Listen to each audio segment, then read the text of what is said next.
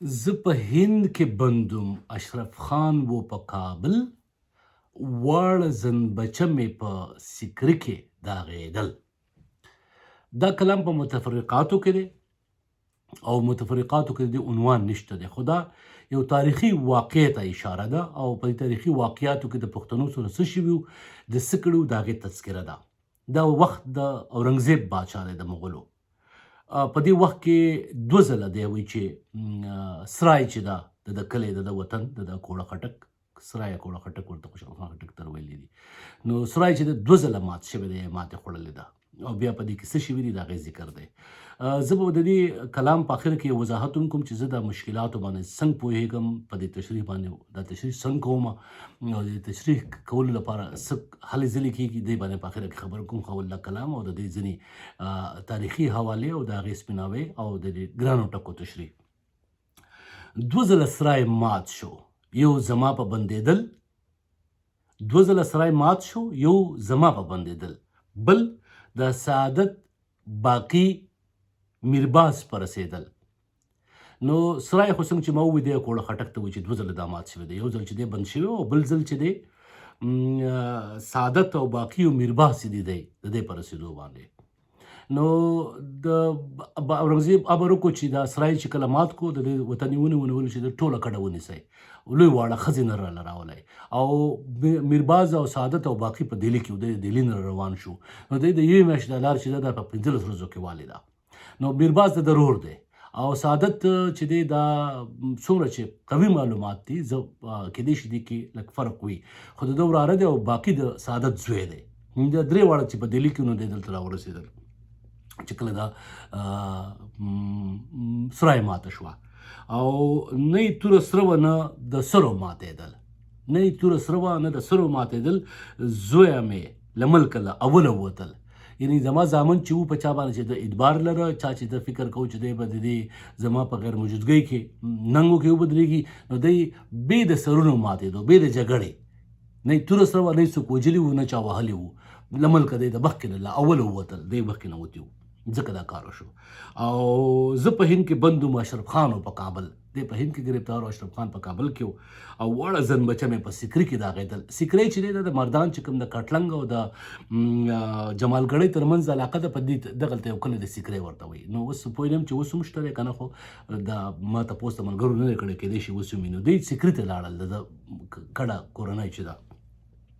او راغلل به بادشاه ته د کابل د صوبې ښکل،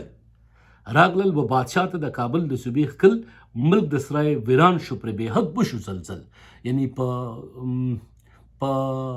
سرای کې پاکوړه کې ډېر بد حال جوړ شو، ډېر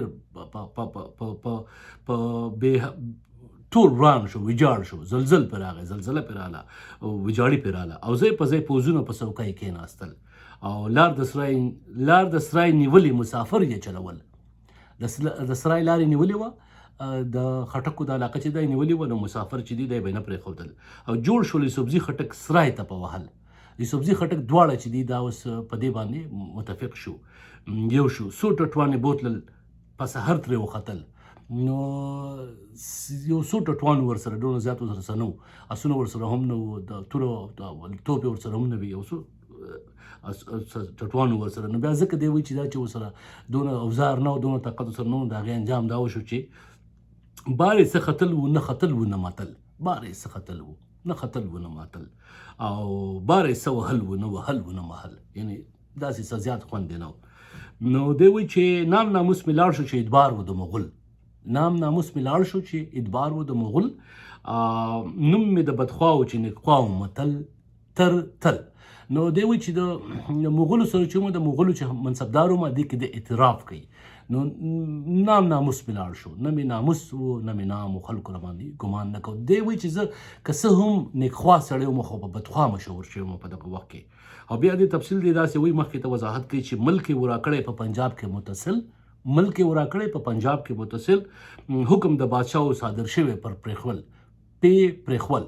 نو دا د پنجاب سره متصل ملک چې دی یادوي، نو دا د پوهان وایي چې دا د مرګلې او دا ټک او دا سیمه ده تر اسلام آباده پورې، دا د پنجاب سره متصل دا علاقې ده ته ورکړی شوی وي. او لیک دی که محنت دی که کشتن دی که شړل، دې کې اوس څلور ټکي دا وضاحت غواړي لیک دی که محنت دی که کشتن دی که شړل واړه په قسمت کې په سړي باندې نازل یعنی که لیږل دي د دې ځای نه کډه واخله سیکري ته لاړ شه سیکري ته کډې وړل شوې که دا کار و که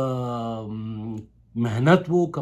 وی نیول او بیا په جیلونو کې واچول او مشقت یې پې کوو که وی وجل کشتن مطلب قتلول یا وژل او که شړل وو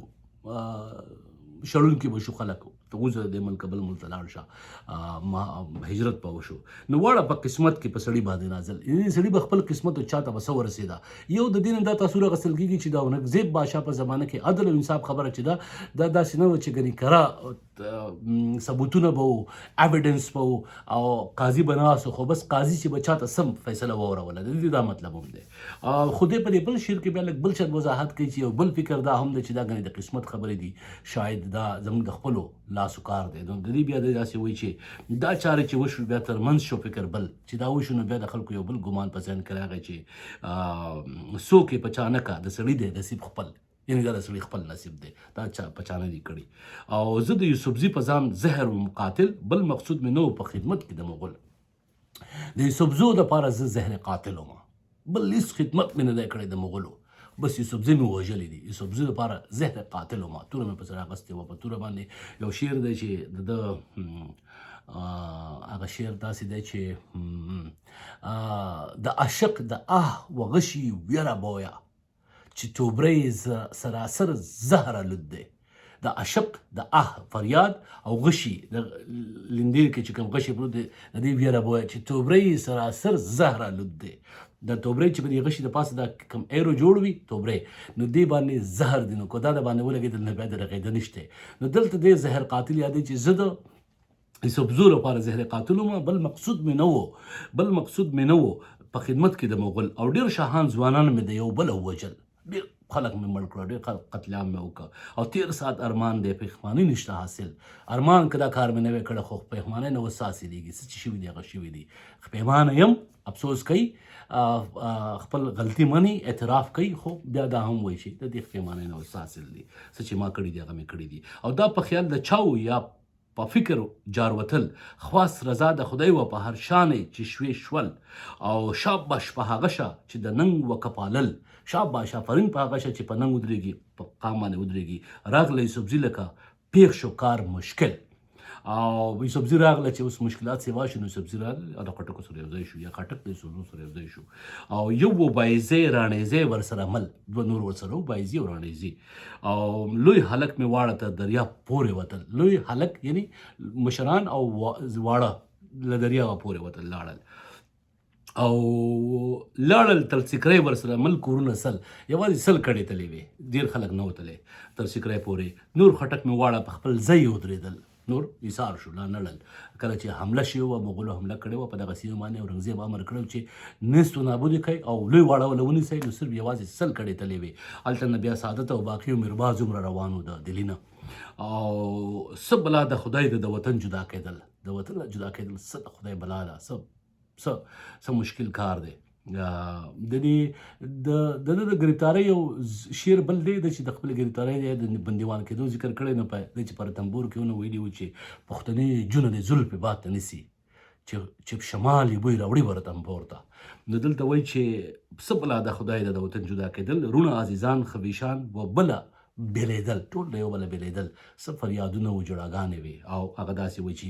یو هی های های یو هی های های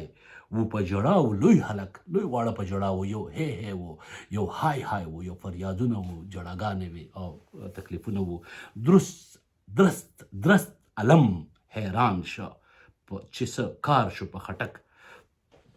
یو هی های و په جړاو لوی هلک درست علم حیران شو چې څه کار شو په خټک نو مطلب دا دی چې درست علم حیران شو چې هغه د خټکو د مغولو منصبدار خان د ننګ ناموس خاوند د شملې پګړۍ خاوند چې دی کډې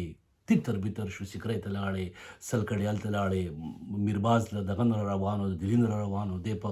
بند و او رنګزیب چې دی وي چې ټول را راولی نو دی کلام دا د متفرقاتو نه اخیستل شوی دی د دې عنوان نشته دی. اوس ما دا ویل چې دا د خوشحال خان خټک کلام باندې پوهېدو دپاره تشریح ځکه پکار ده چې یو خو د فارسي او عربۍ ټکي استعمال کړي دي خو به زه سړی ولټوي په ګوګل کې به یې ولټوي په قاموس کې به یې ولټوي په نور چې کوم د خوشحال خان خټک فرهنګونه دي په هغې کې به یې ولټوي ځان به پرې پوه کړي او دې خلکو ډېر غټ کار کړی دی خدمت یې کړی دی چا چې د خوشحال خان خټک فرهنګ لیکلی دی یار محمد مغموم خټک صاحب او د نورو د دې د کور ودان وي چې په خوشحال خان خټک یې موږ پوه کړي یو تر ډېره حده پورې خو تاریخي حوالې چې دي دا بیا لږې ګرانې دي. مثال په توګه چې کله ما دا ویلو نو ما ځان ما خو یو میرباز نه پېژنده سعادت مې نه پېژنده او باقي مې نه پېژنده او دې کې یو دوه درې نورې خبرې چې په هغې زما فکر بند نو ما خپل دوست ملګري او ډاکټر او لیکوال محترم ډاکټر محب وزیر ته ټلیفون وکړ هغه ما ته وایي چې ته ما ته د دې سکرین شاټ راولېږه نو بیا هغه وایي چې یاره په خپله دې لږ ډېر ځان پوه کړو خو یو دوه ځایونو کې خاص کر د دې دوه ځله د سرای ماتېدلو په وخت چې کله د سعادت او باقي میرباز راتلل نو په دې باندې دوی چې زما فکر بند نو بیا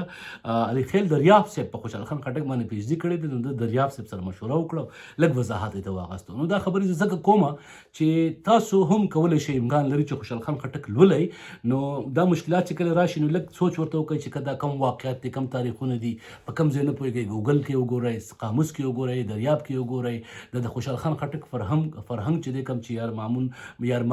یار محمد مغموم خټک صاحب لیکلی دی دا وګورئ که دا سره نه وي او که بیا هم پوه نه شئ سره مو نه شي خلاص نو لکه زما په شان دی د چا تپوس وکړئ مطلب دا دی چې دا ویل غواړم چې زه د خوشحال خان خټک ماهر نه یم دا دعوه نه کومه یا د خصوصا چې زما دا ژوند دی د پښتو ادب سره تړلی په دې کې مثلا ډېر زده کړي دي یا خوشحال خان خټک د تېرو 20 کالو راسې زه بیا وایم نو څه پرې پوه شوی یم نو په هغې کې بیا زه کوشش کوم چې تر تاسو دغه ملګري خوښوي نو دا څو شیان در ورسوم نو محترم د علي خیل دریاب صاحب او د محب وزیر مننه د دې کلام د تشریح لپاره چې زما کومک یې وکړه او نور کلامونه چې دي هغه به هم د تشریح سره درته وخت په وخت وایم. یو غوښتنه چې ډېره زیاته کېږي هغه دا ده چې د خوشحال خان خټک جنسیات چې په متفرقاتو کې دي په دې بحث وکړه په دې باندې زه زړه کوم چې وکړم پرې خو ډېرې مجبورۍ لرم نو یو حل به ولې راوباسو چې په دې بحث وشي ځکه چې هغه د جنسیاتو یو ډېر لوی ماهر و ډېر بلا لیکل یې کړي دي هغه لیکل آیا په دې وخت کې په سوشل میډیا ورکول کېدی شي که نه ځکه چې سوشل میډیا اوس واړه هم ګوري ماشومان هم ګوري مشران هم ګوري هغه خلک هم ګوري شاید هغه د هغو دپاره د هغو غوږونه دغه ټکي اورېدل نه غواړي یا دغه ټکي ورته د احترام وړ نه ښکاري نو څه لارې به ورته ګورو هغه به هم درته وایم یو وخت خو دا سلسله به داسې وخت په وخت روانه وي نو ډېره مننه چې تاسو دا ګورئ د خپلو ملګرو سره شیر کوئ.